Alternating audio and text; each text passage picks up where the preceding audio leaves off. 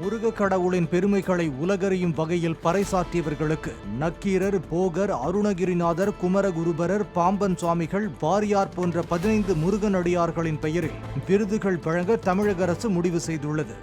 பழனியில் ஆகஸ்ட் 24 மற்றும் 25ஆம் தேதி நடைபெறவுள்ள அனைத்துலக முத்தமிழ் முருகன் மாநாடு முன்னேற்பாட்டு பணிகள் தொடர்பான ஆலோசனை கூட்டம் அமைச்சர் சேகர்பாபு தலைமையில் நடைபெற்றது.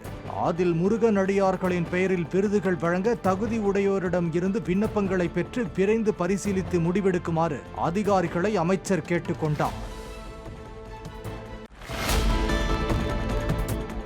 அதிமுகவை ஒன்றிணைப்பதற்கான பணிகள் நடைபெற்று வருவதாகவும் 2026ஆம் ஆண்டு சட்டமன்ற தேர்தலுக்கு முன்னதாக பணிகள் நிறைவடையும் என்றும் முன்னாள் முதலமைச்சர் ஓ பன்னீர்செல்வம் மதுரையில் செய்தியாளர்களிடம் தெரிவித்தார். பிரிந்து கிடக்கின்ற அனைத்து இந்திய அண்ணா முன்னேற்ற கழகத்துடைய சக்திகள் பிரிந்து கிடப்பதனால் 10 தேர்தலில் வெற்றி வாய்ப்பை நாம் இழந்திருக்கிறோம். மாண்புமிகு சின்னம்மா அவர்கள் முதலமைச்சர் தேர்தலை சட்டமன்ற உறுப்பினர்களை கூட்டி யாரை முதலமைச்சராக அவர்கள் அறிவித்தார்கள் என்பது உங்களுக்கு அனைவருக்கும் தெரியும். அந்த நேரத்தில் திரு எடப்பாடி பழனிசாமி எப்படி நடந்து கொண்டார் என்பது உங்களுக்கு நன்றாக தெரியும். நான் அதை கொச்சைப்படுத்த விரும்பவில்லை. இந்த நேரத்தில் அடிப்படையில் கட்சி இணைவதற்குரிய அடிப்படை வேலை நடந்து கொண்டு இருக்கிறது, விரைவில் நடக்கும். நாடாளுமன்றத்துக்கு செல்லும் திமுக எம்பிக்கள் மக்களுக்கான திட்டங்களை பெற்றுத்தர வேண்டும் என வி.கே. சசிகலா தெரிவித்துள்ளார். செங்கோட்டையில் தனது ஆதரவாளர்கள் மத்தியில் பேசிய அவர், தமிழகத்தில் இருந்து கேரள மாநிலத்துக்கு கனிம வளங்கள் சட்டவிரோதமாக கொண்டு செல்லப்படுவதை தடுக்க வேண்டும் என்றார். நீங்க தான் போன 5 வருஷமும் மக்களவை தேர்தலில் நீங்க உங்க எம்பிக்கள் தான் டெல்லிக்கு போயிட்டு இருந்தாங்க. இப்பயும் நீங்க தான் ஜெயிச்சிருக்கீங்க, வெற்றி பெற்று இருக்கீங்க. அங்க போய் வீணா சண்டை போடாம மத்திய அரசோட இந்த திட்டங்களை எல்லாம் சொல்லி இத்தனை எம்பிக்கள் போயிருக்கிறதுனால எங்க தமிழ்நாட்டுக்கு செஞ்சு கொடுங்க அப்படின்னு கேட்டு வாங்கி கொடுத்தீங்கன்னா அது கொஞ்சம் நல்லா இருக்கும்.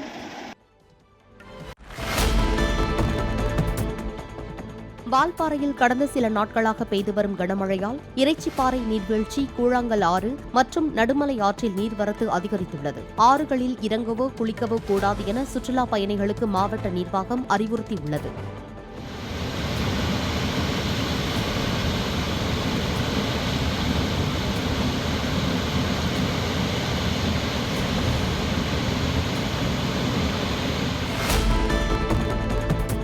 திருவொற்றியூரைச் சேர்ந்த 8ஆம் வகுப்பு படிக்கும் 12 வயது சிறுமியை காதலித்து முத்தம் கொடுத்த புகைப்படத்தை இன்ஸ்டாகிராமில் பதிவேற்றம் செய்துவிட்டு தலைமறைவான இளைஞரை சிறுமியின் பெற்றோர் மற்றும் உறவினர்கள் தேடி பிடித்து தர்ம அடி கொடுத்து போலீசில் ஒப்படைத்தனர்.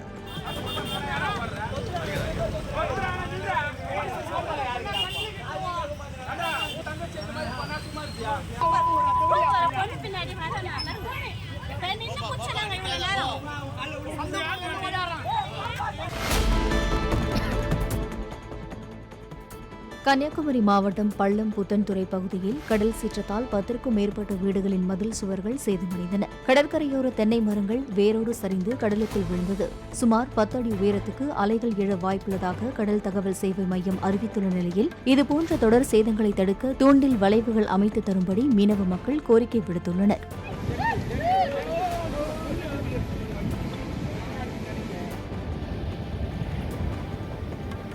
நான் 3 பொண்ணுங்களை வச்சிருக்கேன்.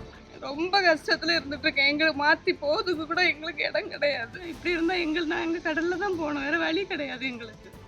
அதனால குயிக்காக எங்களுக்கு ஒரு நடவடிக்கை எடுத்துட்டாங்க. கேரளாவில் மழையால் கோழிக்கோடு, வயநாடு, கண்ணூர் உள்ளிட்ட மாவட்டங்களின் சில இடங்களில் வீடுகளை வெள்ளம் சூழ்ந்தது. முக்கிய சாலைகளில் மரம் முறிந்து விழுந்ததால் இரவு நேரத்தில் மலைச்சாலைகளில் போக்குவரத்துக்கு மாவட்ட நிர்வாகங்கள் தடை விதித்துள்ளன. வயநாடு மாவட்டத்தில் பெய்த கனமழையால் ஆறுகளில் வெள்ளப்பெருக்கு ஏற்பட்டுள்ளது. பொதுமக்கள் மற்றும் வியாபாரிகளிடம் கருத்து கேட்காமல் தனிநபரின் நோக்கத்திற்காக அணைப்பாளையம் கிராமத்தில் புதிய பேருந்து நிலையம் அமைக்கப்பட உள்ளதாக கூறி ராசிபுரத்தில் வியாபாரிகள் சங்கம் சார்பில் கடையடைப்பு போராட்டம் நடைபெற்றது. தற்போதுள்ள பேருந்து நிலையத்திலிருந்து சுமார் 8 கிலோமீட்டர் தூரத்தில் புதிய பேருந்து நிலையம் அமைக்கப்பட்டால் வியாபாரம் பாதிக்கப்படும் என்று வணிகர்கள் தெரிவித்தனர். பேருந்து நிலையத்தை மாற்றினா ராசிபுரம் பழைய பேருந்து நிலையம், புதிய பேருந்து நிலையம், கடைவீதி இந்த பகுதியில் கூடிய ஆயிரக்கணக்கான வணிக பெருமக்கள், பொதுமக்கள் நேரடியாக பாதிக்கப்படுவாங்க. அது ஒரு நீர்பிடிப்பு பகுதி, சதுப்பு நிலங்கள் கொண்டது. அதே டைம் தலைமை மருத்துவமனை அமைப்பதற்கு இன்னும் தரச்சான்றுகள் தராத ஒரு பகுதியாக இருக்குது. அந்த மாதிரி பகுதியில் ராசிபுரத்தின் வாழ்வாதாரமான உரிமையான பஸ் நிலையத்தை மாற்றுறது சரியா இருக்காது. அனைத்து தனியார் மற்றும் அரசு நிறுவனங்களிலும் தமிழில் பெயர் பலகை வைப்பது கட்டாயம் என்று தமிழ் வளர்ச்சி மற்றும் செய்தித்துறை அமைச்சர் மு.பெ. சாமிநாதன் தெரிவித்தார். மெட்ராஸ் ஸ்டேட் என்ற பெயரை தமிழ்நாடு என்று பெயர் மாற்றம் செய்யப்பட்டதை நினைவு கூர்ந்து காஞ்சிபுரத்தில் தமிழ்நாடு நாள் கொண்டாடப்பட்டது. அதில் பங்கேற்று பேசிய அவர், தமிழ் பெயர் பலகை உத்தரவை மீறினால் அபராதம் விதிக்கப்படும் என்றார். வணிக நிறுவனங்களில் பெயர் பலகை தமிழிலே வைக்க வேண்டும், பெயரில் அவசியம் தமிழிலே குறிப்பிட வேண்டும் என்று உத்தரவிட்டிருக்கின்றோம். அந்த வகையில் அதற்குரிய அபராதங்கள் கூட குறைந்த தொகையாக இருந்தது. இப்பொழுது அது 2000 உயர்த்தப்பட்டிருக்கிறது. அந்த வகையில் படிப்படியாக அவர்களுக்கு துறைகளின் சார்பில் வணிக நிறுவனங்களிலும் அதே போல நம்முடைய போக்குவரத்து கழகங்களுடைய பெயர் பலகைகள் ஒழுங்குபடுத்துவதற்கான நடவடிக்கை எடுக்கணும். கண்டிப்பாக அது அனைத்து இடங்களிலும் அது உரிய வகையில் சுட்டிக்காட்டப்படும்.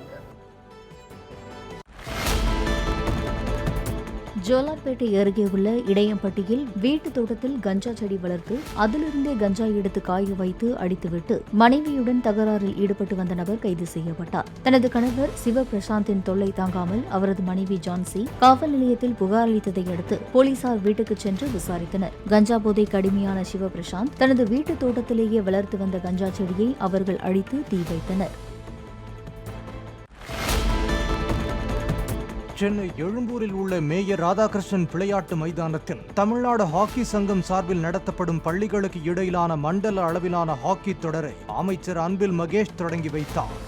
ஜெயிச்சோன்னு சொன்னால் ஒட்டுமொத்தமாக எங்கள் டீம் காரணம்னு சொல்லுங்கள், தோத்துட்டோம் அப்படின்னு சொன்னாங்கன்னா கேப்டன் யாராக இருக்கீங்களோ இது நான் தான் பொறுப்பேற்றுக்கணும்னு சொல்லுங்கள். இந்த மனப்பக்குவத்தை எது வளர்த்துக்குன்னு பார்த்தீங்கன்னா ஸ்போர்ட்ஸில் தான் அதை பண்ண முடியும். சட்டவிரோத சந்து மதுக்கடைகளை நடத்துபவர்கள் மீது திருத்தப்பட்ட மதுவிலக்கு சட்டத்தின் கீழ் கடும் நடவடிக்கை எடுக்க வேண்டும் என டாக்டர் ராமதாஸ் வலியுறுத்தியுள்ளார். 4829 மதுக்கடைகள் செயல்பட்டு வருகின்றன. இவை தவிர டாஸ்மாக் மதுக்கடையின் கீழும் 4 அல்லது 5 சந்து கடைகள் இயங்கி வருகின்றன. திருத்தப்பட்ட மதுவிலக்கு சட்டத்தின்படி சந்து மதுக்கடைகளை நடத்துவோரை கைது செய்து 3 ஆண்டுகள் சிறையில் அமைக்கும்.